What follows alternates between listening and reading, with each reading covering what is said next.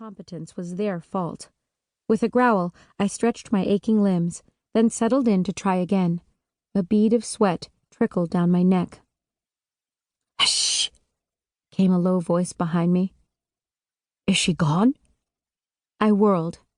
"Tem!" To my astonishment, my best friend's head poked up over the side of the ledge. He must have climbed sideways from the terraces, finding footholds and handholds in the weathered granite of the mountainside. Kamzin," he said. "Could you give me a hand? My fingers are numb." Bracing my foot against a rock, I hauled him onto the ledge. He collapsed on the ground, panting. "How long were you down there?" "Only since your 50th try," he said.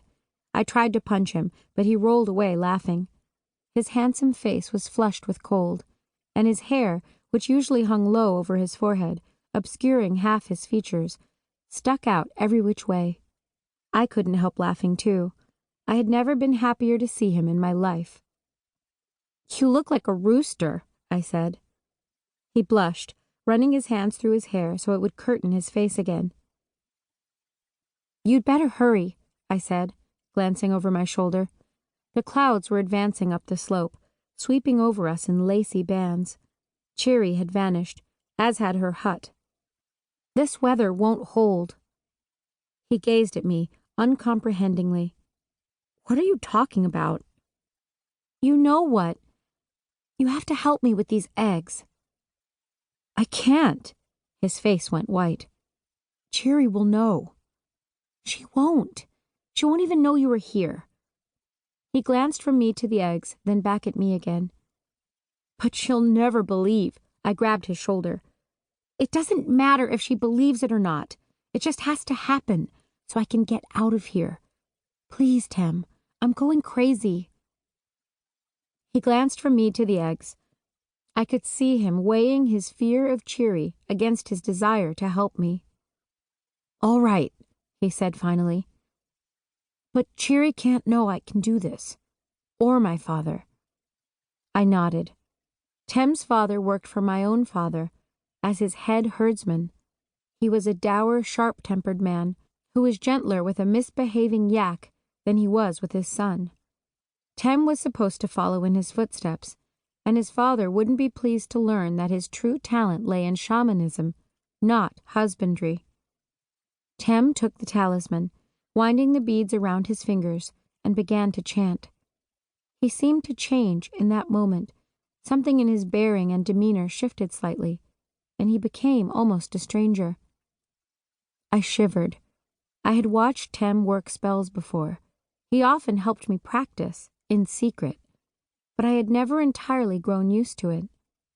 He murmured the incantation in the shamanic language confidently, absently, with none of his usual self-consciousness, and I could feel the power gather like a storm. The raven's bone made a shivery sound that seemed to vibrate the air. The eggs glowed.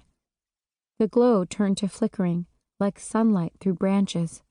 Cracks appeared in the shells, and then, suddenly, they burst apart. The baby dragons were the size of sparrows, with long, snake-like bodies supported by 6 squat legs. They began chittering almost immediately, shaking their damp wings in the breeze. The little lights they carried in their bellies flickered on and off.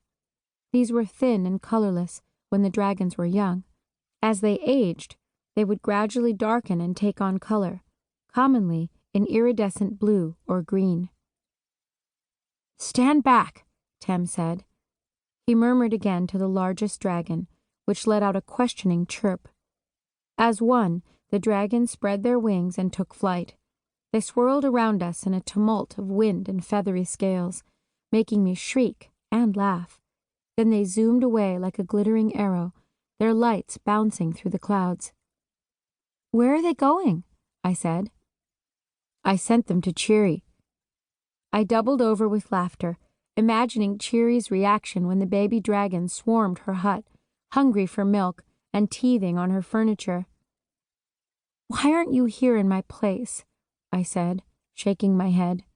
"You should be Cheery's apprentice. You're as powerful as her." "Because my father isn't the elder."